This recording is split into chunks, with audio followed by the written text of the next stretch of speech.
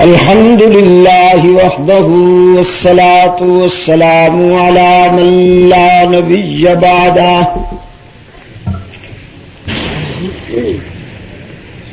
وعلى آله وأصحابه الذين أوفوا عهده الذين هم مفاتيح الرحمة ومصابيح الغرر. أعوذ بالله من الشيطان الرجيم. بسم الله الرحمن الرحيم.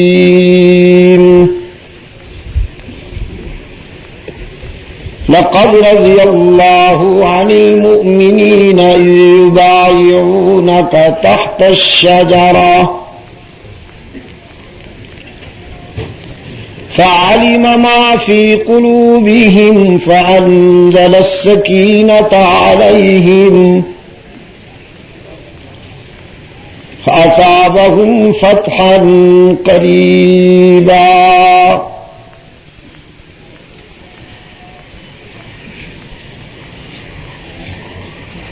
إذا السماء انفطرت وإذا الكواكب انتثرت وإذا البحار فجرت وإذا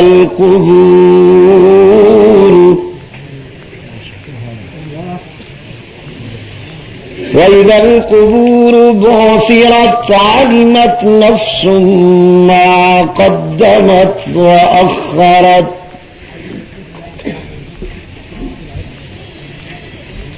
يا أيها الإنسان ما غرك بربك الكريم الذي خلقك فسواك فعدلك في أي صورة ما شاء ركبك. كلا بل تكذبون بالدين وإن عليكم لحافظين كراما كاتبين يعلمون ما تفعلون.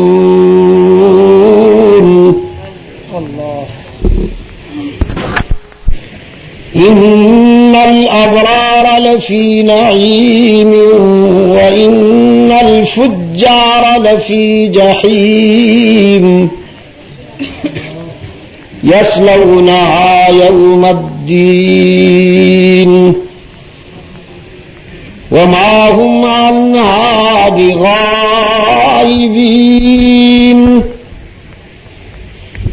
وما أدراك ما يوم الدين ثم ما أدراك ما يوم الدين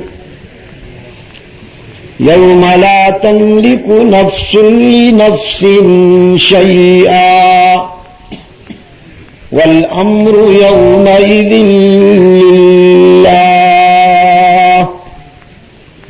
صدق الله مولانا العظيم وصدق رسوله النبي الأمي الكريم ونحن على ذلك لمن الشاهدين والشاكرين والحمد لله رب العالمين.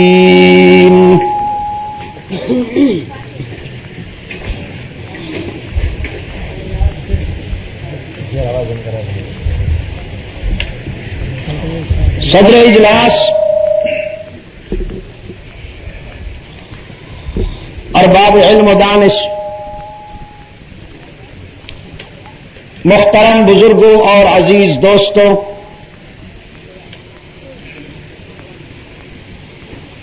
مجلس تحفظ حقوق اہل سنت جماعت اور انجمن تبلیغ قرآن و سنت کے اشتراک و تعاون سے 2 روزہ سیدنا عثمان ذو النورین کانفرنس کا یہ اختتامی اجلاس ہے جو 21 اگست کو یہاں کاکشال پشاور میں منعقد ہو رہا ہے، جس میں ہم سب دعوت و تبلیغ کی نسبت سے جمع ہیں۔ گزشتہ شب جو بات شروع کی گئی تھی، میں چاہوں گا کہ اللہ توفیق دے تو آج اسی بات کو پائے تکمیل تک پہنچایا جائے۔ کتاب اللہ سے میں آپ کے سامنے جو حصہ تلاوت کر چکا ہوں، اس میں ایک خاص واقعہ کی طرف اشارہ ہے جو ہجرت کے 6 سال پیش آیا، اور اس واقعے میں صاحب عنوان سیدنا عثمان ذو النورین رضی اللہ تعالی عنہ کا ایک تاریخ ساز کردار ہے۔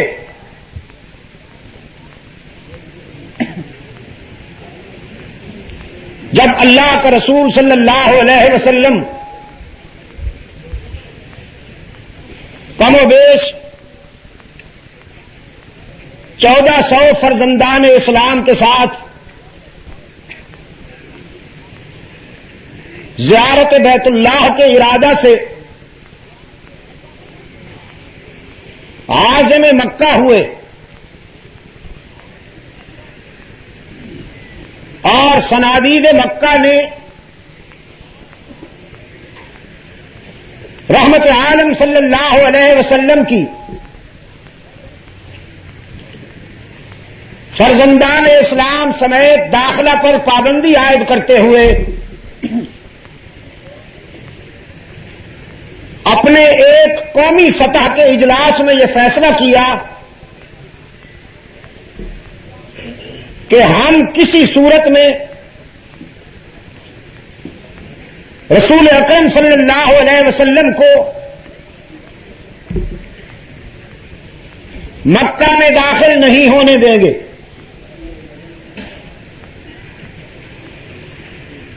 رحمت عالم صلی اللہ علیہ وسلم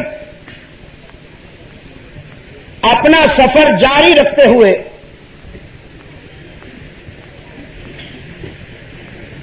مکہ سے قریب ایک وادی میں پہنچے جسے ہماری تاریخ میں حدیبیہ سے معنون کیا گیا ہے، اور یہیں سے رحمت صلی اللہ علیہ وسلم نے فیصلہ فرمایا۔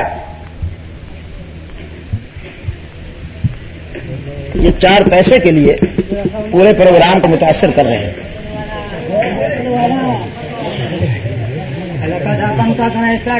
آواز میں ختم گی۔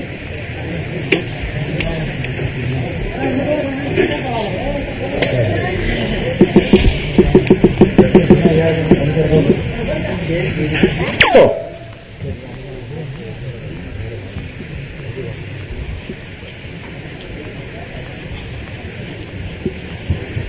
انسانی ہوس کبھی نہیں پوری ہوتی۔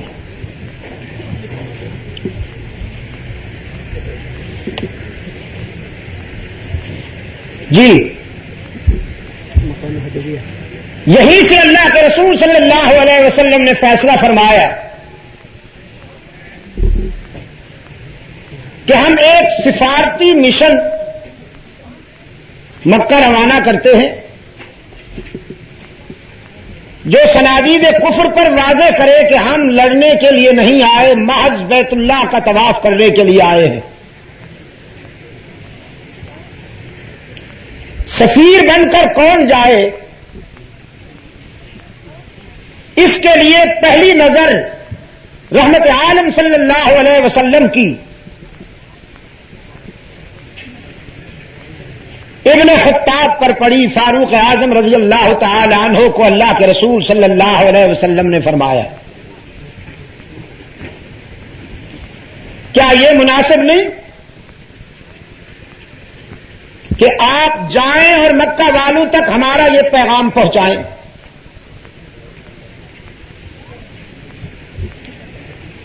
یاد رکھیے کہ اللہ کے رسول صلی اللہ علیہ وسلم کا جو حلقہ ہے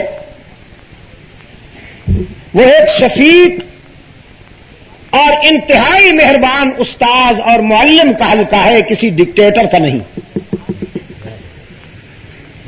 یہاں مشاورت چلتی ہے اور ہر شخص پوری آزادی کے ساتھ اپنے ضمیر کی آواز بلند کر سکتا ہے۔ فاروق اعظم رضی اللہ تعالیٰ عنہ کھڑے ہوئے، عرض کی اللہ کے رسول یہ آپ کا حکم ہے یا مشورہ؟ رحمت عالم صلی اللہ علیہ وسلم نے فرمایا مشورہ ہے۔ تو ابن خطاب نے عرض کیا اگر مشورہ ہے تو پھر یہ گزارش کروں گا کہ آپ مجھے جس مشن پر روانہ کر رہے ہیں وہ مشن جمالی ہے اور بندہ طبعاً جلالی ہے۔ مجھے دیکھتے ہی صنادید مکہ کا مزاج برہم ہو جائے گا، اس لیے کہ میرا نام ہی ان کے لیے ناقابل برداشت ہے۔ یہ ماضی قریب کی بات ہے،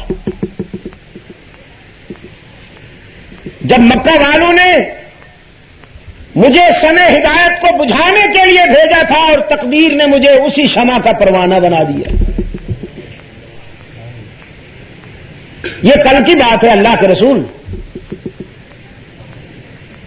جب مکہ والے اس انتظار میں تھے کہ میں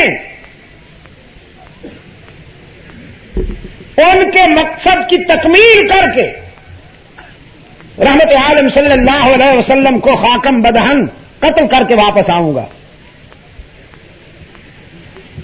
لیکن صبح کا سفیدہ پھوٹتے ہی صفا کی بلندی سے ایک آواز گونجی جسے سیاہ کفر کے حلقوں میں سناٹا چھا گیا۔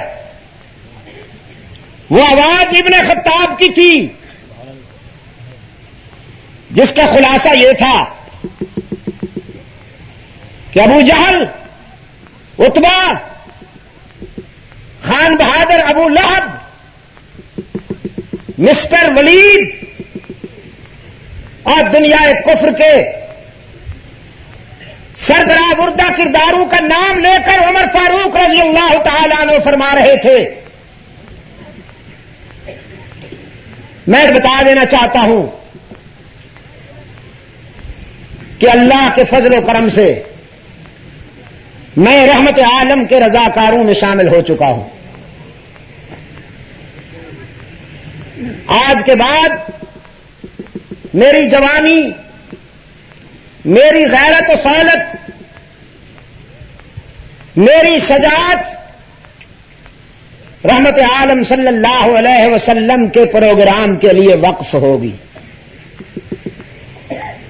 تم نے میرا بگڑنا دیکھا تھا، اب سنورنا دیکھنا۔ رسول کے موقف سے میرا انکار سنا تھا، اب اقرار دیکھنا۔ رحمت للعالمین سے میری عداوت دیکھی تھی، اب اطاعت دیکھنا۔ اور ہاں، تم نے اللہ کے رسول پر بیت اللہ میں نماز پڑھنے پر پابندی عائد کر رکھی تھی۔ میرا قائد نماز ادا کرنے کے لیے بیت اللہ میں آ رہا ہے، تمہیں بتا رہا ہوں، پھر نہ کہنا ہمیں خبر نہ ہوئی۔ اگر کسی میں یہ جرت ہے تو وہ میرے قائد کا راستہ روک کر دکھائے۔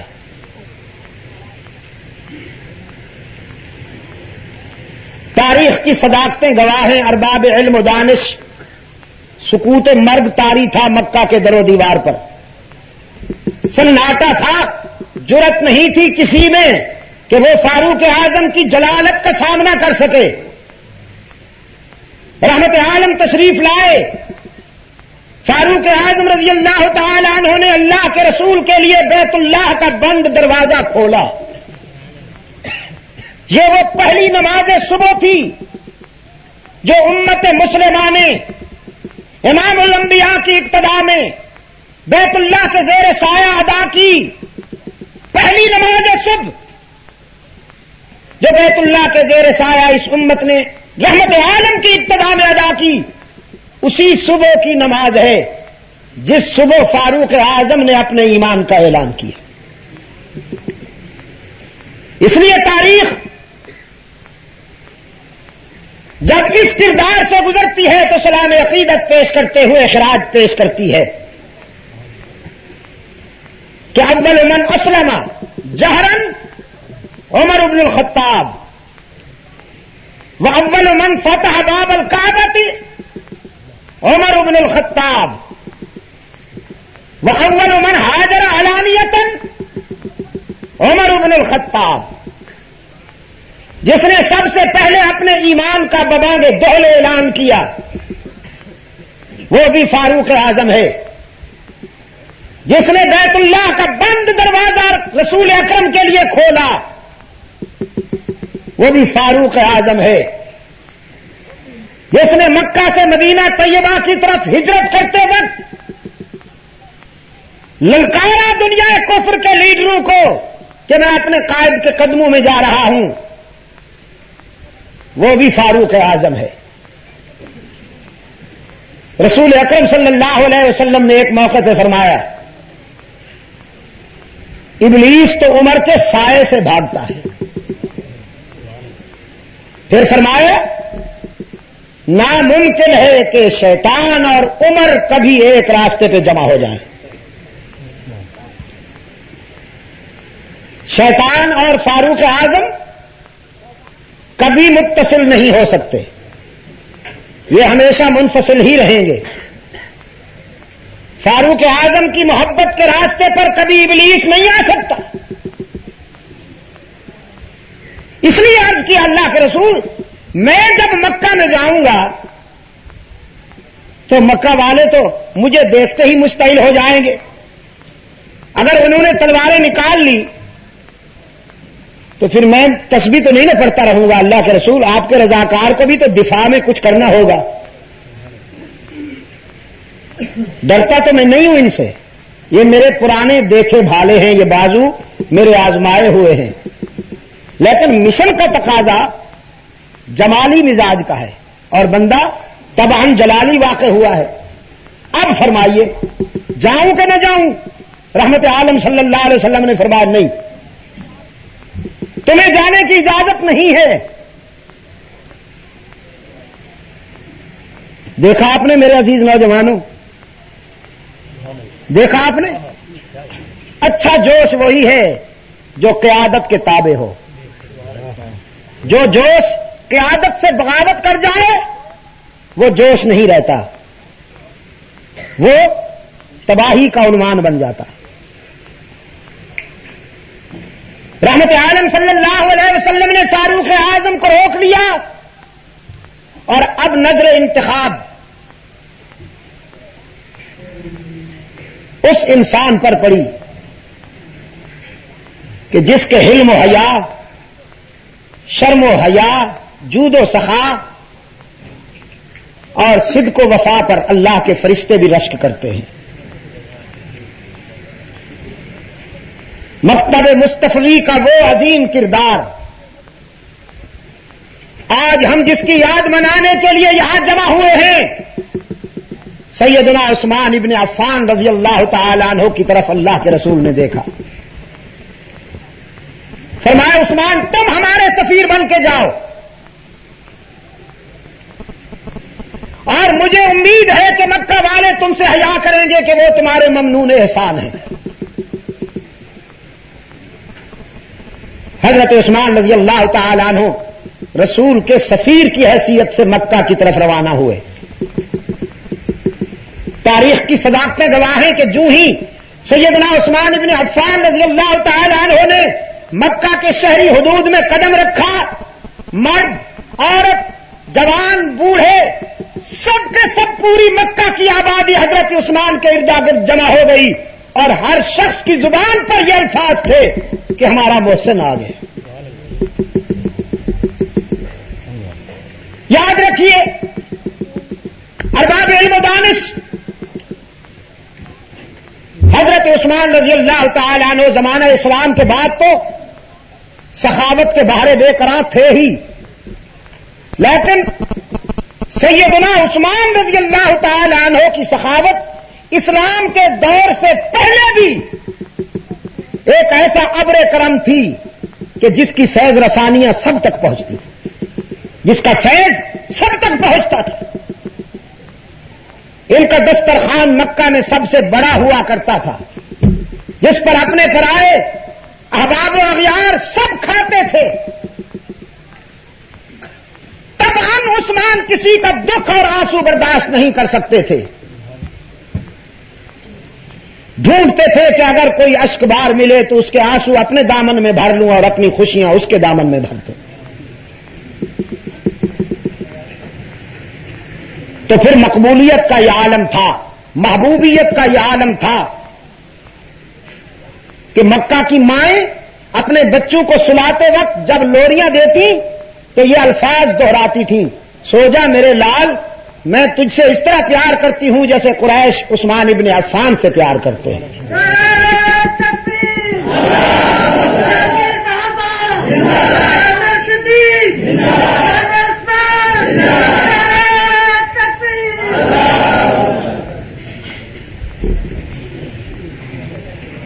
مکہ والوں نے حضرت عثمان رضی اللہ تعالی عنہ کو دیکھتے ہی کہا، آج ابن عفان جو منوانا ہے منوا لو، بولو کیا چاہتے ہو۔ حضرت عثمان رضی اللہ تعالی عنہ نے فرمایا، میں اپنے قائد کا نمائندہ بن کر آیا ہوں اور تمہیں یہ بتانے آیا ہوں کہ میرا قائد لڑنے کے لیے نہیں آیا، بیت اللہ کا طواف کرنے کے لیے آیا ہے۔ تمہیں اضطراب کی اور بے قراری کی ضرورت نہیں، رسول اللہ صلی اللہ علیہ وسلم کے لیے راستہ صاف کر دو۔ صنادید کفر نے کہا یہ تو نہیں ہو سکتا، ہم قومی سطح پر یہ کہتے ہیں کہ رحمت عالم صلی اللہ علیہ وسلم کو نہیں آنے دیں گے، البتہ تم چاہو تو بیت اللہ کا طواف کر سکتے ہو۔ عثمان نے فرمایا قبلہ تو تم نے دکھا دیا، لیکن میرا قبلہ نما حدیبیہ میں بیٹھا ہے، وہ دل کہاں سے لاؤں کہ ان کے بغیر بیت اللہ کا طواف کر سکوں۔ یہ رضاکار کے جذبات ہیں۔ اب قائد کو دیکھیے، صحابہ نے حدیبیہ میں حلقہ رسالت میں عرض کیا، اللہ کے رسول ہم تو یہاں بیٹھے ہیں، عثمان کی خوش نصیبی قابل رشک ہے، جی بھر کے بیت اللہ کا طواف کرے گا، زمزم پیے گا، حجر اسود کے بوسے لے گا، ملتزم سے لپٹ لپٹ کر دعائیں مانگے گا، حتیم میں نوافل پڑھے گا۔ رحمت عالم صلی اللہ علیہ وسلم نے فرمایا تم کہتے ہو میرا دل نہیں مانتا کہ ہمارے بغیر عثمان بیت اللہ کا طواف کر لے۔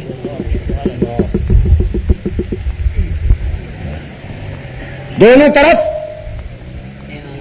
نہیں، آگ کی بات نہیں ہو رہی میرے عزیز، دونوں طرف چراغ برابر جلے ہوئے۔ ترمیم پسند آئی؟ دونوں طرف چراغ برابر جلے ہوئے، محبت کے چراغ، دل را بدل رہے، دل را بدل رہے، دونوں طرف چراغ برابر جلے ہوئے۔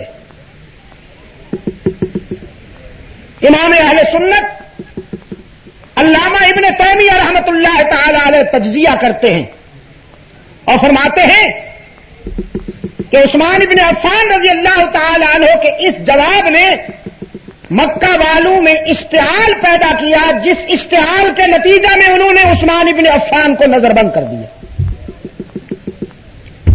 یہ دیکھنے کے لیے کہ عثمان تو محمد کے بغیر بیت اللہ کا طواف کرنا بھی گوارا نہیں کرتا، لیکن ہم دیکھیں کہ محمد عربی کے حلقے میں عثمان کی کیا قیمت ہے۔ انہوں نے یہ افواہ اڑا دی کہ ان عثمان قد قتل، عثمان کو شہید کر دیا گیا ہے۔ یہ دیکھنے کے لیے کہ حلقہ رسالت میں اس خبر کے بعد رد عمل کیا ہوتا ہے۔ حدیبیہ میں بھی یہ افواہ پہنچی، سرکار دو عالم صلی اللہ علیہ وسلم اشکبار ہوئے، حزن و اضطراب کی لہر دوڑ گئی حلقہ رسالت میں۔ رحمت عالم صلی اللہ علیہ وسلم نے اپنے رضاکاروں کو جمع کر کے فرمایا، تم نے سنا کہ مکہ والوں نے سفارتی آداب کو مجروح کرتے ہوئے ہمارے سفیر عثمان ابن عفان کو قتل کر دیا ہے، اور میرا فیصلہ ہے اس وقت تک مدینہ نہیں جاؤں گا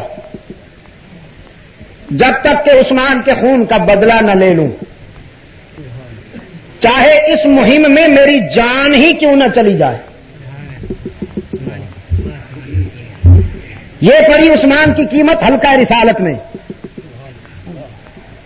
انسانی تاریخ میں منفرد کردار ہے عثمان ابن عفان کہ جس کے خون کا بدلہ لینے کے لیے پیغمبر نے اپنی جان داؤ پہ لگانے کا اعلان کیا، اور پیغمبر بھی امام الانبیاء والمرسلین جیسے۔ عثمان کے علاوہ یہ انفرادیت کسی کو حاصل نہیں ہوئی، انفرادیتیں اور بھی ہیں۔ پوری انسانی تاریخ میں صرف عثمان ہے جن کے نکاح میں پیغمبر کی 2 بیٹیاں آئیں، رقیہ آئی، ان کے انتقال کے بعد ام کلثوم آئی، پھر ان کے انتقال پر اللہ کے رسول صلی اللہ علیہ وسلم نے فرمایا عثمان اللہ نے مجھے اور بھی بیٹیاں دی ہوتی تو میں وہ بھی یکے بعد دیگرے تیرے نکاح میں دے کر خوشی محسوس کرتا۔ ذوالنورین کہلائے کہ رسول کی 2 نور نظر عثمان کے نکاح میں آئیں۔ ذوالنورین 2 مرتبہ ہجرت کی، پہلے حبشہ کی طرف پھر مدینہ طیبہ کی طرف، ذوالہجرتین کہلائے۔ 2 مرتبہ اللہ کے رسول صلی اللہ علیہ وسلم کے ہاتھ پر بیعت کی، ذوالبیعتین کہلائے۔ متعدد بار اللہ کے رسول کی زبان سے جنت کی بشارت ملی تو ذوالبشارتین کہلائے۔ عثمان ذوالنورین بھی ہے، یاد کر لو نا، عثمان ذوالنورین بھی ہے کہ حضور کی 2 بیٹیاں عثمان کے نکاح میں ہیں، ذوالہجرتین بھی ہے، ذوالبیعتین بھی ہے، اور ذوالبشارتین بھی ہے۔ یہ چاروں انفرادیتیں اگر آپ کے حافظے میں محفوظ ہو جائے تو میں بڑا خوش نصیب ہوں۔ عثمان، اونچی آواز سے نا، عثمان ذوالنورین ہے، عثمان ذوالہجرتین ہے، عثمان ذوالبشارتین ہے، عثمان ذوالبیعتین ہے۔ غزوہ تبوک کی تیاری کے موقع پر اللہ کے رسول صلی اللہ علیہ وسلم نے صحن مسجد نبوی سے یہ اعلان نشر فرمایا، فرمایا من جہز جیش العسرۃ فلہ الجنہ، من جہز جیش العسرۃ فلہ الجنہ۔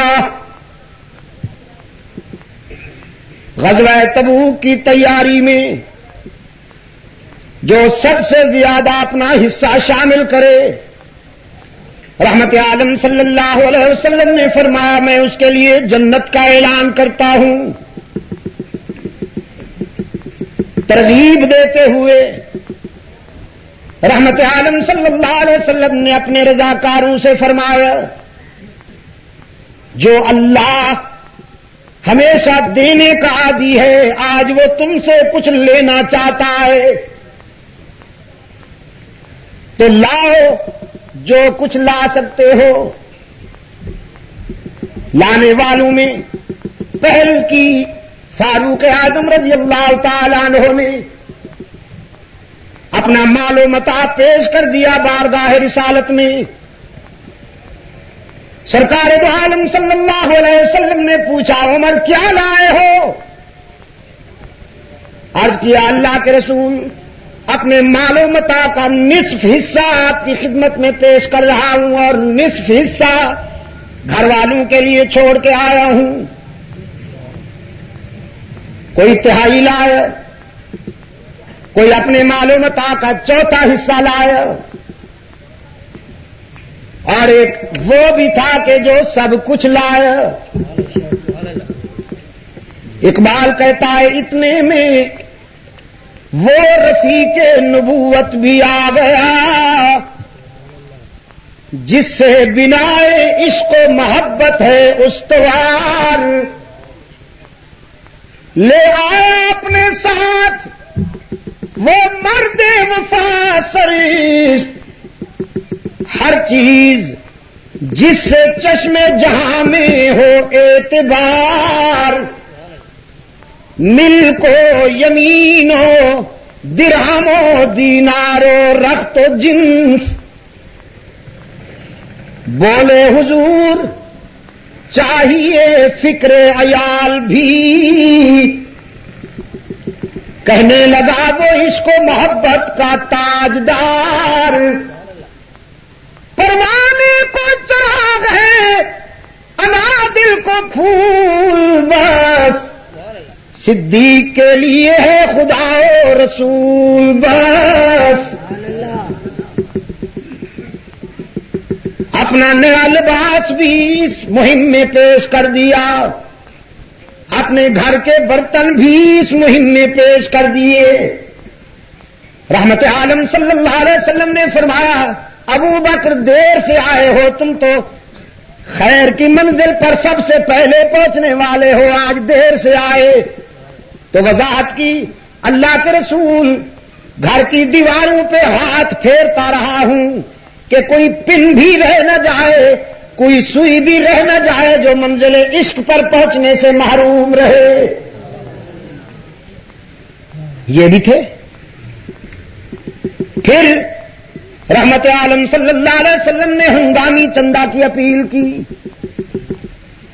یوں دیکھا, فرمایا کون ہے اثار کرنے والا؟ عثمان رضی اللہ تعالیٰ عنہ نگاہ رسالت کے سامنے آئے, عرض کیا 300 غلے سے لدے ہوئے اونٹ قبول فرمائیے. رحمت عالم صلی اللہ علیہ وسلم نے پھر یوں دیکھا, فرمایا کوئی اور؟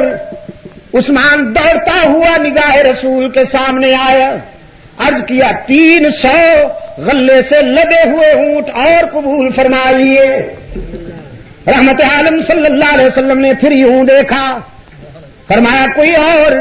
عثمان دوڑتا ہوا نگاہ رسول کے سامنے آیا, عرض کیا اللہ کے رسول 300 غلے سے لدے ہوئے اونٹ مزید قبول فرمائیے. 70 جنگی تربیت یافتہ گھوڑے بھی قبول فرمائیے. اور پشاور کے نوجوانوں, اس دور کا جنگی گھوڑا عصر حاضر کے F-16 سے بھی زیادہ اہم تھا. F-16 کی کیا اس گھوڑے کے مقابلے میں نسبت ہو سکتی ہے کہ جن گھوڑے کی ٹاپو کی قسمیں اللہ نے قرآن میں کھائی ہوں. 70 گھوڑے عثمان نے پیش کیے. ہاں, اللہ دولت دے تو عثمان ذوالنورین جیسا دل بھی عطا کر کہ کبھی مسجد نبوی کے صحن کے توسیع میں عثمان کا مال کام آ رہا ہے, کبھی بیر روما کو خرید کرنے میں عثمان کی دولت کام آ رہی ہے, اور کبھی علی المرتضیٰ رضی اللہ تعالیٰ عنہ کی شادی کے اخراجات کے لیے عثمان کی دولت کام آ رہی ہے. میں کہا کرتا ہوں جنہیں عثمان کے نام سے چڑ ہے اور حضرت علی کے وارث بنتے ہیں, برائے کرم وہ خرچہ تو واپس دے دیں ہمیں. حضرت علی رضی اللہ تعالیٰ عنہ زرے بیچنے کے لیے جا رہے ہیں, اس لیے کہ ولیمے کے اخراجات کے لیے کچھ چاہیے, شادی کے اخراجات کے لیے کچھ چاہیے. سامنے عثمان آ گئے, دونوں بھائیوں کی ملاقات ہوئی. سیدنا عثمان رضی اللہ تعالیٰ عنہ نے پوچھا علی سے کہاں جا رہے ہیں آپ؟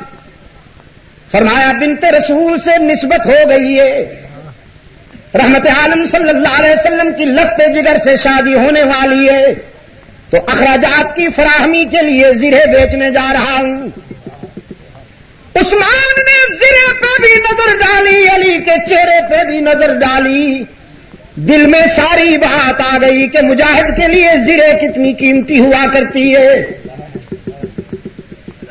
فرمایا علی اگر یہ زرے میں خرید کر لوں تو آپ کو کوئی اعتراض تو نہیں ہوگا؟ فرمایا اعتراض کیوں ہوگا، مجھے تو خوشی ہوگی کہ بھائی کی چیز بھائی کے گھر میں رہے گی، کوئی اور لے جائے گا، اگر کسی اور کے بجائے آپ لے جائیں تو میرے لیے تو مقام مسرت ہے۔ قیمت طے پائی، عثمان نے قیمت علی المرتضی رضی اللہ تعالیٰ عنہ کے ہاتھ پہ رکھ دی، اور سیدنا علی المرتضی رضی اللہ تعالیٰ عنہ نے زرے عثمان کو دے دی۔ پیسے لے کر زرے دے کر حضرت علی روانہ ہوئے۔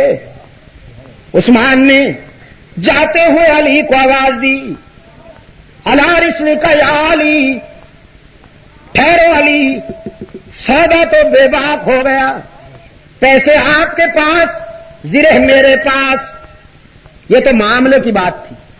اب میرے دل کا فیصلہ بھی سنیے، پیسے بھی زرہ بھی آپ رکھیے، یہ پیسے بھی قبول فرمائیے، تاکہ بنت رسول اور اپنے دولہا بھائی کی شادی میں کچھ عثمان کا حصہ بھی شامل ہو جائے۔ تو میں یاد کر رہا تھا غزوہ تبوک کی تجہیز کے موقع پر عثمان ذو النورین نے 900 غلے سے لدے ہوئے اونٹ پیش کیے، اور کتنے گھوڑے؟ 70 تربیت یافتہ، جنگی تربیت یافتہ گھوڑے حاضر کیے۔ پھر گھر تشریف لے گئے، چادر بچھا لی، سونے کے دراہم چادر میں ڈال لیے، یہ سونے کے پاؤنڈ ہوتے ہیں نا، سکے سونے کے اشرفیاں، چاروں کونے چادر کے لے کر گٹھڑی باندھ کر بارگاہ رسالت میں آئے، رحمت عالم صلی اللہ علیہ وسلم کے قدموں میں ڈال دیے۔ رحمت عالم صلی اللہ علیہ وسلم عثمان کے عطیے کو اس ہاتھ سے الٹتے ہیں، پھر اس ہاتھ سے پلٹتے ہیں، اور ایک خاص تاثر کے ساتھ دونوں ہاتھ دعا کے لیے بلند کرتے ہیں، اللہم انی رضیت عن عثمان فرض عنہ۔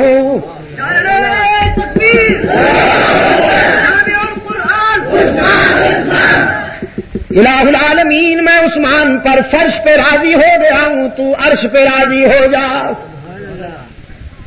اللہم انی رضیت عن عثمان فرض عنہ، اے اللہ میں عثمان پر فرش پہ راضی ہو گیا ہوں، تو عرش پہ راضی ہو جا۔ پھر ایک یادگار جملہ فرمایا ما ضر عثمان ما عمل بعد هذا اليوم، آج کے بعد میں اعلان کرتا ہوں کہ عثمان کو دنیا کی کوئی بات نقصان نہیں پہنچا سکے گی، یہ یقینی جنتی ہے۔ میں آپ سے پوچھتا ہوں، جس خوش نصیب کے لیے رسول جنت کا دروازہ کھول دیں، اسے کون جنت کے داخلے سے محروم کر سکتا ہے؟ یہ تاریخ بیچاری مورخ سمیت سینہ کو بھی کرتی رہے گی، اور عثمان یقینی جنتی ہے۔ آج دن کو بھی میں نے ایک جملہ کہا تھا، اب دہراتا ہوں، صحابہ کا فیصلہ تاریخ نہیں کرے گی، صحابہ کی عظمت سے تاریخ کا فیصلہ کرنا ہوگا کہ یہ سچی ہے یا جھوٹی۔ اور ویسے بھی عقائد کی تعمیر تاریخ سے نہیں ہوا کرتی، تاریخ سے افسانے بنتے ہیں، عقائد نہیں بنتے۔ عقائد قرآن و سنت سے بنتے ہیں، تاریخ سے افسانے بناتی ہے۔ کیسا افسانہ بنایا کربلا کا تاریخ نے، ہاں جی، کتنا پرکشش۔ اقبال کہتا ہے ذرا سی بات تھی افسانہ عجم نے جسے بڑھا دیا ہے فقط زیب داستاں کے لیے، فقط زیب داستاں کے لیے۔ تاریخ ادھر کہتی ہے پانی بند تھا، ادھر کہتی ہے حلیم کی دیگیں پک رہی تھی. حلیم وہ ایک حلیم ہوتی ہے, آپ کیا جانے حلیم کو, یہ تو دلی والے جانے. ارشاد الحق بیٹھا چلا گیا جی. ہم نے تھوڑی سی حلیم لے لی. پچھلے سال جب سیمنار کے ضمن میں گئے ہوئے تھے دلی میں, کیونکہ بہت مشہور ہے دلی کی حلیم, یار اب اس قدر مرچیں تھیں کہ بس ہم تو دور سے ہی گزرے, اس سے ذرا چکھا بس. تو یہ تو دلی والی حلیم ہے, اس دور کی حلیم. مورخ صاحب کہتا ہے, تاریخ کہتی ہے ادھر پانی بنتا ادھر حلیم کی دیگیں پک رہی تھی, ادھر پانی بنتا ادھر مہندی رچائی ہوئی تھی. یہ مہندی جو ہے آنسوؤں سے بنائی گئی تھی, مہندی پانی سے بنائی جاتی ہے نا. ادھر تیر برس رہے ہیں, ادھر سہرے باندھے جا رہے ہیں, شادیاں ہو رہی ہیں. یہ تاریخ کی افسانہ نگاری ہے. اللہ بچائے اس سے, کسی کو نہیں چھوڑا اس نے. تاریخ میں کسی بھی کردار کو بے داغ نہیں پاؤ گے. اگر تاریخ کو جج بنایا جائے تو یہ کسی کو معاف نہیں کرتی. اہل سنت و جماعت اس لیے تاریخ کو جج بناتے ہی نہیں. تاریخ جنرل نالج تو ہے, عام معلوماتی ذخیرہ, اس میں رطب بھی ہے, یابس بھی ہے, سچ بھی ہے, جھوٹ بھی ہے, صحیح بھی ہے, غلط بھی ہے. صحیح کو مانیں گے, غلط کو رد کریں گے. تاریخ کا وہی حصہ قابل قبول ہے جو اصحاب رسول کی عظمت بیان کرے.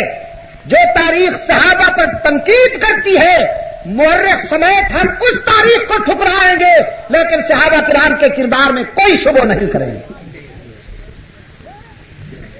میرے عزیز دوستو, یہ عثمان کی چند انفرادیتیں ہیں جن کو میں آپ کے سامنے عرض کرتے ہوئے آگے بڑھ رہا ہوں. اللہ کے رسول صلی اللہ علیہ وسلم نے فرمایا, نہیں جاؤں گا اس وقت تک مدینے جب تک کہ عثمان کے خون کا بدلہ نہ لے لوں, چاہے اس مہم میں مجھے جان ہی کیوں نہ دینی پڑے. پھر صحابہ کرام سے فرمایا, آؤ آج تم نے میرے ہاتھ پہ بیعت کرنی ہے.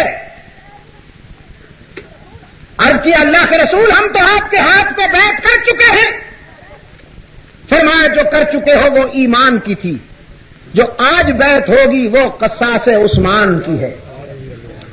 تم نے بھی میرے ہاتھ پہ ہاتھ رکھ کے وعدہ کرنا ہے کہ اس وقت تک مدینہ نہیں جائیں گے جب تک کہ عثمان کے خون کا بدلہ نہیں لیں گے. رحمت عالم صلی اللہ علیہ وسلم نے اپنا بایاں ہاتھ نیچے رکھا, بیعت کرنے والے کا ہاتھ اوپر رکھا, پھر اپنا دایاں ہاتھ اوپر رکھتے ہوئے فرمایا, نچلا ہاتھ میرا, درمیانی ہاتھ تمہارا, اور یہ ہاتھ گویا عثمان کا ہاتھ ہے. اپنے ہاتھ کو اللہ کے رسول نے عثمان کا ہاتھ قرار دیتے ہوئے فرمایا کہ تم گویا میرے اور عثمان کے ہاتھ میں ہاتھ دے کر یہ وعدہ کر رہے ہو, اس وقت تک مدینہ نہیں جاؤ گے جب تک کہ عثمان کے خون کا بدلہ نہیں لے لیا جائے گا. اور پشاور کے روشن ضمیروں, میں کہا کرتا ہوں عثمان کے لیے یہی نسبت بھی بہت تھی. رسول نے اپنے ہاتھ کو عثمان کے ہاتھ سے منسوب کیا, یہ کوئی کم نسبت ہے, لیکن اللہ کو یہ نسبت اتنی پسند آئی کہ اللہ نے اس نسبت کو اپنی طرف منسوب کر دیا. فرمایا, ان الذین یبایعونک انما یبایعون اللہ. جن لوگوں نے آپ سے وعدہ کیا ہے, میرے محبوب انہیں کہہ دیجئے کہ یہ وعدہ گویا تم نے اللہ سے کر لیا. ان الذین یبایعونک انما یبایعون اللہ ید اللہ فوق ایدیہم. آپ نے تو اپنے ہاتھ کو عثمان کا ہاتھ قرار دیا. رب العالمین نے فرمایا, اب میں عثمان کے ہاتھ کو اپنے بے مثال ہاتھ سے نسبت دیتا ہوں. یہ اوپر والا ہاتھ تو گویا اللہ کا ہاتھ ہے. اسی سلسلے کو آگے بڑھاتے ہوئے فرمایا, لقد رضی اللہ عن المؤمنین اذ یبایعونک تحت الشجرہ. یقیناً اللہ ان ایمان والوں سے راضی ہو گیا جنہوں نے ایک درخت کے سائے میں آپ کے ہاتھوں پہ بیعت کی. پشاور والوں، دنیا کا ہر باضمیر انسان عثمان کی عظمت کو سلام کرتا رہا ہے اور کرتا رہے گا کہ جس درخت کے سائے میں عثمان کے خون کا بدلہ لینے کے لیے بیعت ہوئی ہے، اللہ نے اس درخت کو بھی قرآن میں جگہ عطا کر دی. اور ادھر مکہ میں تنہا عثمان نے نظر بند ہونا قبول کیا. یہاں حدیبیہ میں 1400 انسانوں کو جنت کے سرٹیفکیٹ ملے. لقد رضی اللہ عن المؤمنین، یہ رضی اللہ عنہ یا رضی اللہ عنہم اسلام کی اصطلاح میں مخصوص ہے حضرات صحابہ کے لیے. علیہ السلام مخصوص ہے انبیاء کے لیے، اور بزرگوں کے لیے رحمت اللہ تعالی علیہ، جو فوت ہو گئے ہوں. جو زندہ ہوں ان کے لیے نا، ان کے لیے دامت برکات ہوں یا مد ذل ہوں. کچھ ہمارے پڑھے لکھے دوست زندوں کو بھی رحمت اللہ علیہ کہہ دیتے. نہیں تو ٹھیک ہے نا، زندوں کو بھی تو اللہ کی رحمت کی ضرورت ہے، لیکن چونکہ اصطلاح میں یہ انداز مرنے والوں کے لیے ہوتا ہے، تو اگر کوئی زندے کو کہہ دے تو آپ بھی ہنس پڑے. شیخ پورا کے قریب ایک جگہ ہے، وہاں پر جلسہ تھا. اسٹیٹ سیکریٹری نے جب میرا نام لیا تو حضرت مولانا یہ اور وہ فلاں اور فلاں کہتا ہوا آخر میں مولانا سید عبد المجید ندیم رحمت اللہ علیہ اب آپ کے سامنے خطاب فرمائے، تو لوگ ہنس پڑے. اس لیے کہ یہ مخصوص ہے ان کے لیے جو اس دنیا سے رخصت ہو چکے. تو رضی اللہ تعالی عنہ مخصوص ہے حضرات صحابہ کے لیے. کراچی میں ایک کانفرنس میں یہ بات کر رہا تھا تو کسی نے رکا لکھا، کہنے لگا آپ فرما رہے ہیں کہ یہ مخصوص ہے حضرات صحابہ کے لیے، اور یہاں کراچی میں تو بعض لوگ اپنے پسندیدہ مولویوں کو رضی اللہ عنہ کہہ دیتے ہیں، تو آپ ان کو روکتے کیوں نہیں؟ میں نے کہا یہ روکنے والی بات بھی خوب رہی. پاکستان میں جو کچھ ہو رہا ہے وہ ہماری مرضی کے مطابق تھوڑی ہو رہا ہے. بھئی لوگ جو کچھ کر رہے ہیں وہ ہم سے پوچھ کر کر رہے ہیں. دست گلچی پھر رہا ہے شاخ گل پر بے دریغ، کون سنتا ہے چمن میں اندلیب زار کی. کوئی کلمے میں ملاوٹ کر رہا ہے، کوئی اذان میں ملاوٹ کر رہا ہے، کوئی اپنی پسند کا درود و سلام گھڑ رہا ہے. وہ درود ابراہیمی بیچارہ سوچ رہا ہے کہ مجھ میں کون سی کمی تھی. یہ جو درود و سلام آپ پڑھتے ہیں، نماز میں درود و سلام پڑھتے ہو کہ نہیں پڑھتے ہو؟ کون سا؟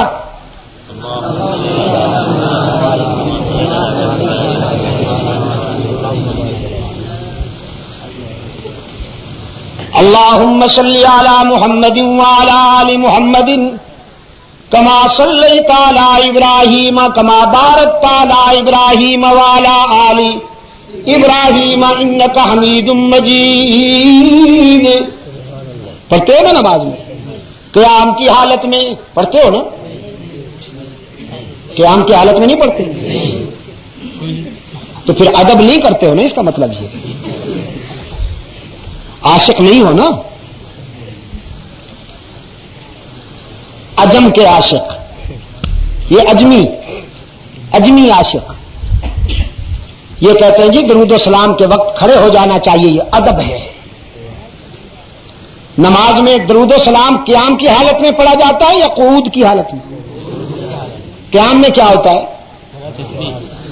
اس کی یاد ہوتی ہے، صرف اس کی یاد ہوتی ہے، کیونکہ قیام عاجزی ہے اور عاجزی مخصوص ہے اللہ کے لیے. اللہ کے سامنے اکڑنا بدبختی ہے. اللہ کے سامنے عاجزی کرنے والے بلند ہوتے ہیں اور بلندی کرنے والے پست ہوتے ہیں.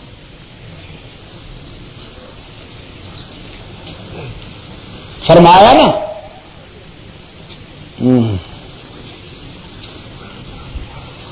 پستی میں سر بلند ہو اور سر بلند، اور سرکشی میں پست پستی میں سر بلند ہو اور سرکشی میں پست، اس راہ کے عجیب نشیب و فراز ہیں۔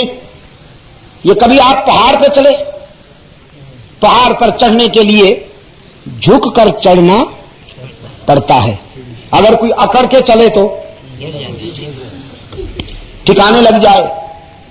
بلندی پہ چڑھنے کے لیے ضروری ہے کہ عاجزی کی جائے، تکبر سرنگوں کرتا ہے۔ قیام عاجزی ہے اور مخصوص ہے اللہ کے لیے، سجدہ عاجزی ہے مخصوص ہے اللہ کے لیے، رکوع عاجزی ہے مخصوص ہے اللہ کے لیے۔ رب العالمین فرماتے ہیں سجدے میں صرف مجھے یاد کیا جائے، رکوع میں صرف میری ہی تسبیح کی جائے، قیام میں صرف میری ہی یاد کی جائے۔ یہ سب عاجزی کی ادائیں ہیں، اور عاجزی کی ساری ادائیں مخصوص ہیں اللہ کے لیے۔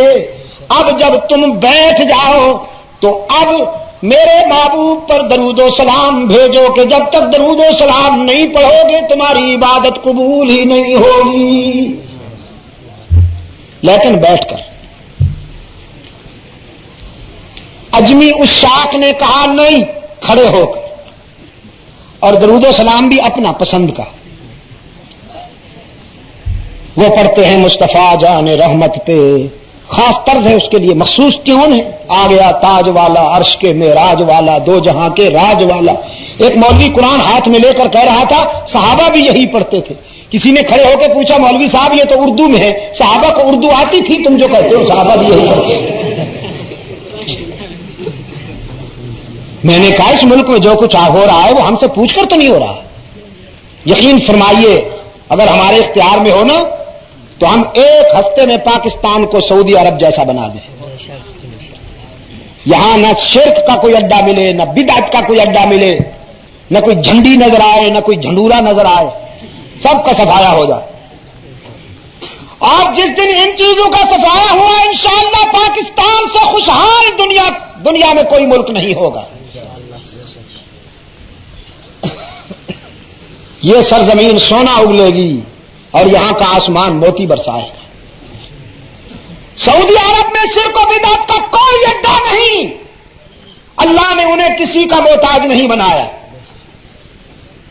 ہاں جی، اور یہاں جسے اور کوئی کام نہیں ملتا وہ کوئی بڑے سائز کی قبر تاڑ لیتا ہے یا خود بنا لیتا ہے بڑے سائز کی قبر، پھر چادریں ڈال دیتا ہے، پھر جھنڈیاں لہرا دیتا ہے، پھر آمدنی شروع۔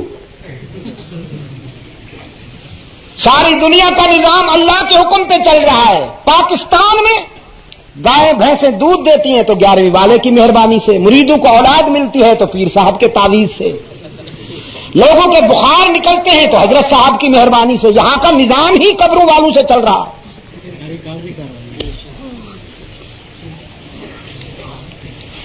پاکستان کا ایک بہت بڑا پیر جرنیلوں کا پیر ہے، سفید ٹوپ پہنتا ہے بڑا اونچا سا، قد بڑھانے کے لیے نا بعض لوگ بیچارے قد بڑھانے کے لیے ایڑی چوٹی کا زور لگاتے ہیں۔ یہ تو ڈیر ہوشیار سڑے دے جرا۔ ہاں خیر پوپل زئی کا خون ہے نا جی، مفتی عبدالقیوم کا۔ کیسی کیسی باتیں دیکھو نا، مجھے لقمے دے رہا ہے ساتھ بیٹھا ہوا، ایڑی چوٹی کا زور لگاتے ہیں۔ جرنیلوں کا پیر صاحب ہے وہ، نہ بیٹا ہے نہ بیٹی۔ کوئی من چلا مرید ایک دن کہنے لگا حضرت صاحب آپ کی مہربانی سے مجھے تو 10-12 مل گئے، اور آپ کا ایک بھی نہیں ہے، نہ بیٹا ہے نہ بیٹی ہے، تو وہاں بھی اکثر تانے دیتے ہیں، میں ان کو کیا جواب دوں۔ حضرت صاحب ایکشن میں آ گئے، کہنے لگے بچیا بزرگوں نہیں چھیڑی دا ہوں۔ اس نے کہا جی معافی چاہتا ہوں۔ پیر صاحب کہنے لگے ہوئے اللہ تعالی سب نو اولاد دے رہے ہے کہ نہیں دے رہے ہیں؟ اس نے کہا جی دے رہے ہیں۔ پھر اللہ دی بھی کوئی بیٹی یا بیٹا ہے؟ اس نے کہا جی نہیں۔ کہنے لگے تو پھر میرے کو کیوں پوچھنے ہوئے؟ اس نے کہا جی حضرت صاحب آئندہ نہیں پوچھیں گا تو مینوں پتہ ہی اج لگا بھی تسی بھی چھوٹے جے خدا ہو. یہ تو انکشاف ہی اج ہوا ہے.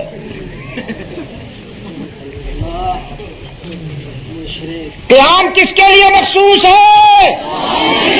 ہی کی ضرب لگاؤ نا ذرا کاک سال کے در و دیوار ہل جائیں. زلزلے والے ہلنا نہیں ہے. قیام کس کے لیے مخصوص ہے؟ اللہ ہی کے لیے. آبادانہ قیام کس کے لیے؟ اللہ ہی کے لیے. سجدہ کس کے لیے مخصوص ہے؟ رکوع کس کے لیے مخصوص ہے؟ اللہ ہی کے لیے. تو میں نے اس کو کہا یہاں جو کچھ ہوتا ہے ہم سے پوچھا تو نہیں جاتا, ہم سے پوچھا تو نہیں جاتا یہاں جو کچھ ہوتا ہے. البتہ میں تو یہ کہتا ہوں کہ وہ اپنے پسند کے مولوی کو رضی اللہ عنہ کہہ دیتے ہیں, غنیمت سمجھو. اگر جل جلالہ کہنا شروع کر دے تو پھر کیا کرو گے؟ ہاں اگر وہ کہیں اعلیٰ حضرت جل جلالہ نے فرمایا تو پھر کیا کرو گے؟ اسی کو غنیمت جانو. ابھی قرآن پاک نے 1400 صحابہ کو سند عطا فرمائی. فرمایا لقد رضی اللہ عن المؤمنین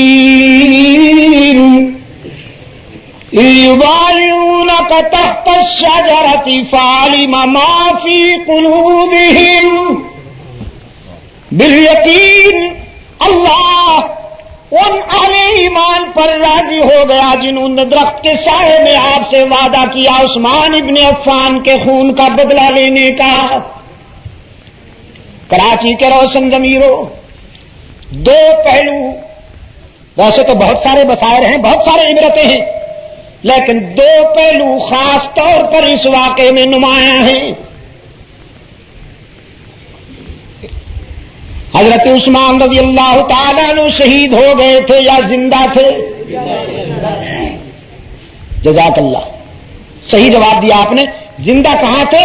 وہ تو چند لمحوں کے بعد آ گئے حدیبیہ میں, بحمد اللہ بسلامت پہنچ گئے. لیکن صحابہ میں سے کسی نے بھی رحمت عالم صلی اللہ علیہ وسلم کی خدمت میں یہ نہیں کہا کہ عثمان تو زندہ تھے, پھر آپ خود بھی بے قرار ہوئے, ہمیں بھی اشکبار کیا اور بیت تک نوبت آئی. 1400 فرزندان اسلام میں سے کسی ایک نے بھی رحمت عالم صلی اللہ علیہ وسلم کی خدمت میں یہ نہیں کہا کہ اللہ کے رسول عثمان تو زندہ تھے, آپ نے بیعت کیوں لی؟ اس لیے کہ بالاتفاق تمام صحابہ کا یہ عقیدہ تھا کہ علام الغیوب کون ہے؟ غیب جاننے والا کون ہے؟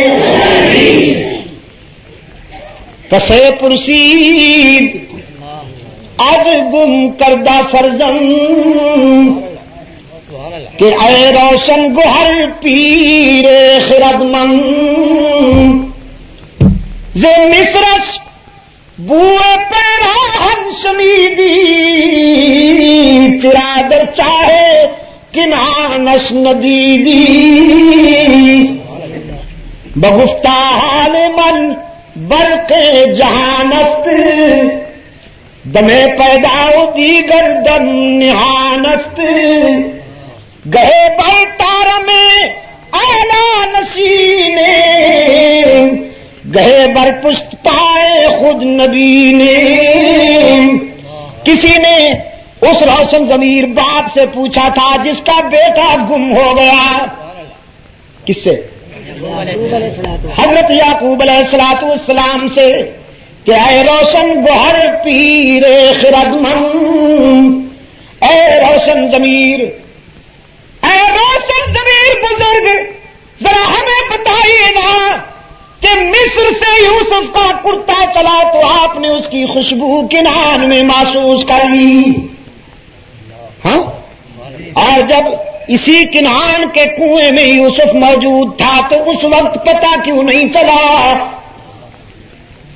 کرتا مصر سے روانہ ہوتا ہے تو یہاں فرماتے ہیں لأجد ریح یوسف انی لأجد ریح یوسف لولا ان تفندون.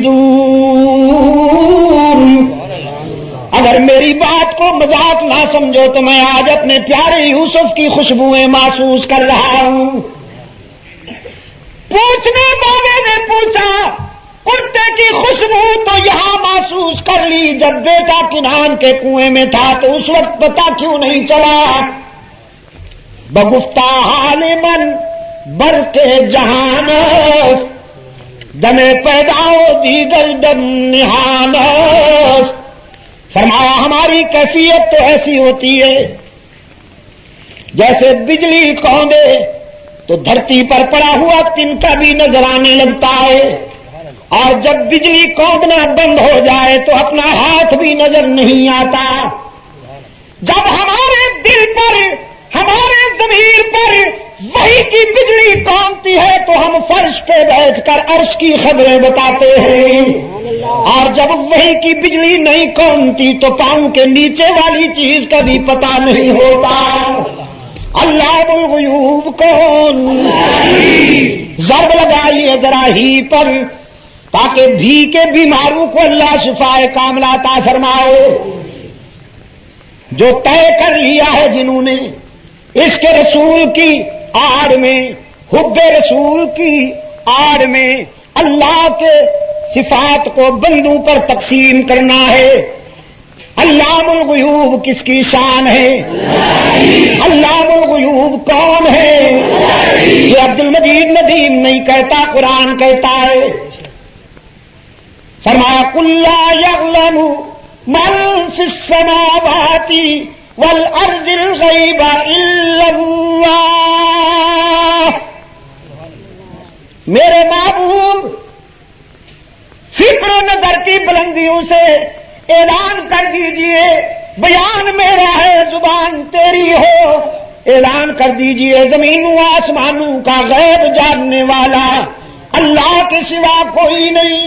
وَعِندَهُ مَفَاتِحُ الْغَيْبِ لَا يَعْلَمُهَا إِلَّا هُوَ وَيَعْلَمُ مَا فِي الْبَرِّ وَالْبَحْرِ وَمَا تَسْقُطُ مِنْ وَرَقَةٍ إِلَّا يَعْلَمُهَا وَلَا حَبَّةٍ فِي ظُلُمَاتِ الْأَرْضِ وَلَا رَطْبٍ وَلَا يَابِسٍ إِلَّا فِي كِتَابٍ مُبِينٍ. اللہ الغیوب کون ہے؟ ذرا دائیں بائیں دیکھ کر کوئی بھی کا بیمار چپ بیٹھا ہو یا حیران بیٹھا ہو تو اس سے بھی کہلواؤ اللہ الغیوب کون ہے؟ سبق دہرا لینا، پھر نہ معلوم کب ملاقات ہو. سبق دہرا لینا. اللہ الغیوب کون ہے؟ ہر جگہ موجود کون ہے؟ اللہ ہی یا اللہ بھی؟ ذرا رنگین ہوٹوں والی سرکار کو بھی بتاؤ جس کے داخلے پر پابندی لگی ہوئی. پابندی. میرا ایک دوست کہنے لگا اس کمبخت نے وعدہ کیا تھا پھر بھی ہماری کانفرنس میں نہیں آئے.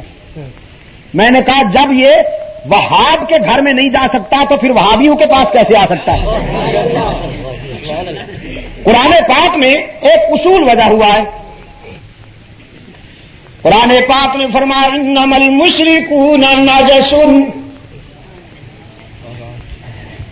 انما المشرکون نجس فلا يقربوا المسجد الحرام بعد عامهم هذا، فلا يقربوا المسجد الحرام بعد عامهم هذا. آج کے بعد ہرجائیوں کا داخلہ بیت الحرام میں بند ہے. مسجد حرام میں ہرجائیوں کا داخلہ بند، کل بھی بند، آج بھی بند، آئندہ بھی انشاءاللہ. چاہے بائیں پسلی میں ٹیسیں اٹھیں، چاہے انتڑیوں میں بل پڑیں، چاہے یورپ میں قراردادیں پاس کریں، چاہے بیت اللہ پر یلغار کرنے والے تخریب کاروں کی حمایت میں بیان دیں، درد مشترک ہے نا. لیکن میں دعوے سے کہتا ہوں سوئی کے سوراخ سے اونٹ گزر سکتا ہے، کبھی مشرک مسجد حرام میں داخل نہیں ہوگا۔ تو جو مسجد حرام میں جن کا داخلہ بند ہے، اللہ ہماری کانفرنسوں کو بھی ان کے ناپاک قدموں سے محفوظ رکھے۔ ہمیں اس پر افسوس کہاں ہے؟ ہم تو اللہ کا شکر ادا کرتے ہیں، ہم نے اپنا فرض ادا کر دیا۔ کہتے ہیں کہ صاحب یہ تو توڑتے ہیں، ہم نے آج بھی بتا دیا ہے، آئندہ بھی انشاءاللہ بتائیں گے، ہم سے جہاں تک ہو سکے گا ہم جوڑیں گے، لیکن جسے ٹوٹنا ہی ہو اسے کون جوڑے؟ من یضلل اللہ فلا ہادی لہ، جسے ٹوٹنا ہو اسے کون جوڑ سکتا ہے؟ میرے عزیز دوستو، علام الغیوب کون ہے؟ انسانی زمین کی عاجزیوں کے لیے سچا مسجود کون ہے؟ ہر جگہ موجود کارساز و دستگیر، حاجت روا و مشکل کشا، نبیوں کا مشکل کشا، رسولوں کا مشکل کشا، صحابہ کا مشکل کشا، صدیق کا مشکل کشا، فاروق کا مشکل کشا، عثمان کا مشکل کشا، علی کا مشکل کشا، عبد القادر گیلانی کا مشکل کشا، معین الدین چشتی کا مشکل کشا، میرا اور آپ کا مشکل کشا۔ یا اللہ بھی یاد رکھنا، پشاور کے روشن ضمیرو، علام الغیوب چونکہ اللہ کے سوا کوئی نہیں، متفقہ عقیدہ تھا صحابہ کرام کا، اس لیے نہیں پوچھا۔ اب اگلی بات یہ ہے کہ چلیے اللہ نے اپنے محبوب کو یہ راز نہیں بتایا، علام الغیوب جو وہ ہے، لیکن اس کو تو معلوم تھا نا کہ عثمان زندہ ہے، تو اپنے محبوب کو یہ بتا کیوں نہیں دیا؟ بے قرار ہونے کی ضرورت نہیں، عثمان زندہ ہے، ابھی آپ کے پاس پہنچ جائے گا۔ یہ اس لیے کہ جس عالم ما کان و ما یکون کو یہ علم تھا کہ عثمان زندہ ہے، اس کے علم میں سن 35 ہجری کے واقعات بھی تھے کہ سن 35 ہجری کو یہ مظلوم شہید کیا جائے گا، 29 برس کے بعد سن 35 ہجری میں یہ مظلوم شہید ہوگا، اور جس کے خون کا بدلہ لینے کی آوازیں اٹھیں گی، عثمان کے قصاص کی آوازیں جو سن 35 ہجری میں بلند ہونا تھی، اللہ نے ان آوازوں کو منسوخ بنانے کے لیے سن 6 ہجری کو بیعت ہو لینے دی، تاکہ جب بھی یہ مظلوم شہید ہو، اس کے خون کا بدلہ لینے کے لیے آواز اٹھانا انتشار نہ سمجھا جائے بلکہ نص قطعی کے مطابق سمجھا جائے۔ میں اس لیے کہتا ہوں کہ عثمان ذو النورین کے خون کا بدلہ لینے کی جو لوگ آواز بلند کر رہے تھے، وہ منشاء خداوندی کی تکمیل کر رہے تھے، قرآن کریم کی تعبیر کو عملاً دیکھنا چاہتے تھے، وہ جو حدیبیہ کے موقع پر بیعت کی صورت میں سامنے آئی۔ مانو یا نہ مانو تمہارے ظرف کی بات ہے، لیکن میں حضرت علی کا بھی دفاع کرتا ہوں۔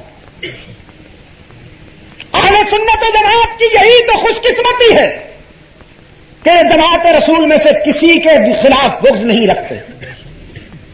ہماری کامیابی اس میں ہے کہ ہم سب سے محبت کریں، ہم سب کی عقیدت سے اپنے دل کو آباد کریں۔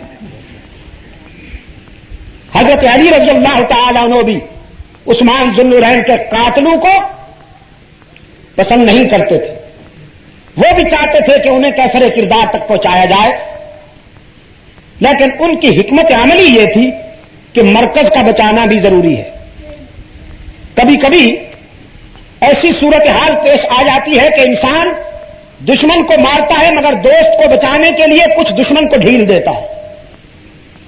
انگلینڈ میں مانچسٹر میں مجلس تحفظ حقوق اہل سنت و جماعت کے زیر اہتمام ہم نے جو پہلی خلافت راشدہ کانفرنس کی اس میں سیرت عثمان کے حوالے سے بات ہو رہی تھی تو میں نے وہاں پر یہی بات کہی کہ اس وقت کے حالات کچھ اس طرح ہو گئے تھے کہ حضرت علی رضی اللہ تعالی عنہ چاہتے تھے اسلام کی مرکزیت کو محفوظ رکھتے ہوئے ہم سرپسندوں کو ٹھکانے لگائیں. اگر ایک بچے کے سینے پر بچہ سویا ہوا ہو اور اس کے سینے پر سانپ آ کے بیٹھ جائے تو سانپ کا مارنا ضروری ہے یا بچے کا بچانا بھی ضروری ہے؟ دونوں کا. میں نے یہی بات لکھی ہے اس میں بھی. یہ اللہ جزائے خیر عطا فرمائے ہمارے ان انڈیا کے مسلمانوں کو. انہوں نے وہاں پر ہونے والے جو میرے خطبات جمع کیے ان میں مانچسٹر میں ہونے والا وہ بیان جس میں چاروں خلافتوں کا تجزیہ کیا ہے میں نے وہ بھی دیا ہے. اس میں انہوں نے لکھا ہے. اچھا سچی بات یہ ہے کہ مجھے بھی بھول گیا تھا. اصل میں جو باتیں ہوتی ہیں یہاں اسٹیج پر جو اللہ کو منظور ہوتا ہے وہ زبان سے نکلتا ہے, بعد میں تو یاد نہیں رہتا نا. یہ کتاب پڑھنے پر مجھے یہ ملا کہ اگر بچے کے سینے پر سانپ بیٹھ جائے تو سانپ کے مارنے کے ساتھ ساتھ بچے کا بچانا بھی ضروری ہے. لیکن اگر آپ کہیں کہ بچے کی پرواہ کیے بغیر ڈنڈا اٹھائیے اور سانپ پر مار دیجئے چونکہ یہ موذی ہے تو سانپ تو مر جائے گا لیکن بچہ بھی سلامت نہیں رہے گا. اس وقت بالکل اسی طرح کی سچویشن تھی کہ مرکز اسلام پر سبائیت کا سانپ چڑھایا تھا. مدینہ طیبہ پر یلغار کر دی تھی منافقین نے جس طرح کہ آج یلغار کی ہے مکہ پر بیت اللہ پر. بیت اللہ پر جس طرح کہ آج منافقین نے سیاسی اہداف کو ملحوظ رکھتے ہوئے یلغار کی ہے, بالکل اسی طرح سبائیت اور یہودی لابی کے ایجنٹ منافقین نے مدینہ طیبہ پر یلغار کر دی تھی جن کی تخریب کا نشانہ بن گئے حضرت عثمان ابن عفان رضی اللہ تعالیٰ عنہ. اب حضرت علی رضی اللہ تعالیٰ عنہ چاہتے تھے کہ منافقین کی بھی گرفت ہو لیکن مرکزیت بھی محفوظ رہے, اسلام کی مرکزیت بھی محفوظ رہے. اسی حکمت عملی کے تحت وہ آگے قدم بڑھا رہے تھے. لیکن کچھ حضرات کی رائے یہ تھی کہ آپ ہم پہ اعتماد کریں, ہم مرکز کی حفاظت بھی کریں گے اور منافقین کی سرکوبی میں بھی کامیاب ہو جائیں گے, ہم مرکز کو خطرے میں نہیں پڑنے دیں گے. یہ دو نقطۂ نظر تھے جن کو آب رنگ دیا ہے گروہی عصبیت کے بیمار مورخین نے. ان میں دو طبقے پیدا ہوئے. ایک طبقے نے افراط و تفریط سے کام لیتے ہوئے حضرت عائشہ پر کیچڑ اچھالا, حضرت طلحہ و زبیر جو مبشر بالجنہ ہیں ان پر کیچڑ اچھالا, حضرت معاویہ پر کیچڑ اچھالا کہ ان کا موقف صحیح نہیں تھا. دوسرا طبقہ حضرت علی رضی اللہ تعالیٰ عنہ پر کیچڑ اچھالتا ہے کہ وہ قتل عثمان کی سازش میں شریک تھے. ہم ان دونوں سے اعلان برات کرتے ہیں, ہمیں طلحہ زبیر کے موقف پر بھی اعتماد ہے, حضرت علی کے خلوص پر بھی اعتماد ہے. ان دونوں کا اجتہادی موقف بالکل صحیح تھا. اللہ کے نزدیک یہ دونوں جزائے خیر کے مستحق بنیں گے. ہم نہ ان پر تنقید کرتے ہیں نہ ان پر تنقید کرتے ہیں. میرے عزیز دوستو, لیکن عثمان ذو النورین کی شہادت کے حوالے سے میں آپ سے یہ کہنا چاہتا ہوں کہ اگر حادثات سے بچنا ہے تو منافقین کو پہچانو. وہ منافقین جو دوستی کے لبادے میں دشمنی کرتے ہیں, جو شر پھیلاتے ہیں, جو نفاق پیدا کرتے ہیں, جو آپ کی جمعیت میں توڑ پیدا کرتے ہیں, وہ چاہے اپنے آپ کو دوست کہلائیں لیکن ان سے بڑا دشمن کوئی نہیں. اگر ان پر قابو نہیں پاؤ گے تو وقت کا عثمان ذبح ہوتا رہے گا. مجلس تحفظ حقوق اہل سنت و جماعت اور تبلیغ قرآن و سنت کے انجمن جن کے اہتمام سے اور کوششوں سے یہ پروگرام ترتیب دیا گیا ہے, میں ان کے لیے دعا کرتا ہوں اللہ تعالیٰ ان کو مزید توفیق عطا فرمائے کہ یہ اپنے شاندار ماضی کے ان تابناک کرداروں کو نئی نسل کے ذہنوں کے سامنے پیش کرتے رہیں۔ میں نے رات بھی کہا تھا، آج پھر کہتا ہوں، پاکستان کو بچانا ہے تو اس کو اپنے نظریاتی ماضی سے وابستہ کرو۔ محرم الحرام میں چند دنوں کے بعد محرم الحرام کا چاند طلوع ہونے والا ہے۔ اگرچہ آپ میرے سامنے مخاطب آپ ہیں، میرے سامنے آپ بیٹھیں، لیکن میں امید رکھتا ہوں کہ آپ میرے یہ جذبات شہر کے ہر سنی مسلمان تک پہنچائیں گے۔ شہدائے کربلا کے نام سے یہاں پاکستان میں جو تماشا ہوتا ہے، اس تماشے کو دیکھنے کے لیے کم از کم آپ کی نگاہیں نہیں ہونی چاہیے۔ شہدائے کربلا محترم ہیں، ہم ان کے کردار پر فخر کرتے ہیں اور کرتے رہیں گے۔ ہم ان کا تماشا کرنے والوں کے تماشائی بننے والوں میں شامل نہیں ہوں گے۔ ہاتھ کھڑا کر کے مجھ سے وعدہ کیجیے، کربلا کے مظلوموں کو ان کے کردار کو تماشا بنا کر پیش کرنے والوں کو ہم نہیں دیکھیں گے، اور اپنے حلقے میں جتنے احباب ہیں آپ نے ان سے کہنا ہے کہ شاہ صاحب نے رات وعدہ لیا ہے تمام مسلمانوں سے کہ اس منظر کو آپ کی نگاہیں نہیں دیکھنا چاہیے، نہ ان کے جلوس میں جانا، نہ چھتوں پر سے نظارہ کرنا، ان کو اپنے حال پہ چھوڑو۔ انتظامیہ سے میں امید کرتا ہوں کہ وہ پاکستان کی اکثریتی آبادی کے احساسات اور جذبات کا خیال رکھیں گے۔ ہم پہلے بھی کہہ چکے ہیں، اب بھی کہہ رہے ہیں، حب الوطنی کے جذبے سے سرشار ہو کر کہ فساد کی بنیاد یہی جلوس ہے۔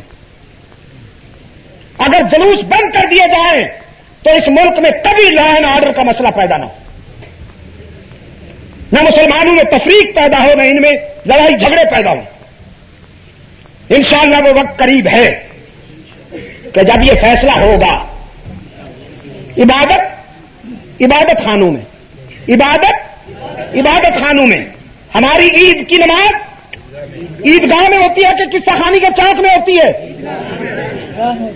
ہمارا حج عرفات میں ہوتا ہے، مینا میں ہوتا ہے، ہمارا جمعہ مساجد میں ہوتا ہے، لیکن یہ ان کی عبادت ہمارے سڑکوں، ہمارے بازاروں اور ہماری گلیوں میں کیوں ہو؟